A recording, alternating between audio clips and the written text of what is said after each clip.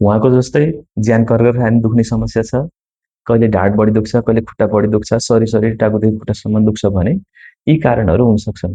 पहिलो नम्बरमा हो बाथ रोग, नसाको बाथ, हाड जोर्नीको बाथ, मांसपेशीको बाथ, जुन बाथले पनि तपाईँको ज्यान दुख्ने, कर्कर खाने दुख्ने हुनसक्छ।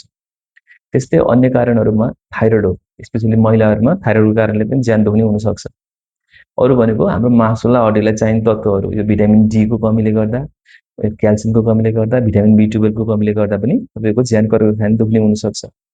त्यस्तै कुनै पनि इन्फेक्सन छ, तपाईँलाई ज्वरो आइरहेको छ, टन्सिल भएको छ, पिसाबमा इन्फेक्सन भएको छ, टाइफोइडै भएको छ भने कुनै पनि इन्फेक्सन हुँदाखेरि पनि तपाईँको ज्यान कर्कर खाने दुख्ने हुनसक्छ।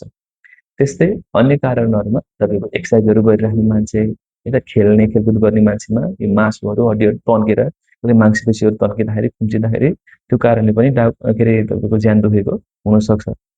त्यस्तै छुटाउनै नहुने कारण भनेको एउटा चाहिँ तनाव। है तनाव भइरहेको छ तपाईँलाई, राति निद्रा परेको छैन भने भोलिपल्ट तपाईँलाई ज्यान कर्कर खाने दुख्ने हुन्छ।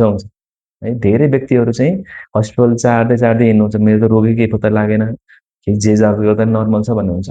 तनावले पनि तपाईँको ज्यान कर्कर खाने दुख्ने भएको हुनसक्छ। र कुनै पनि तपाईँले गरुङ्गो कामहरू गर्ने मान्छेहरूको ज्यान कर्कर खाने दुख्ने सामान्य हो।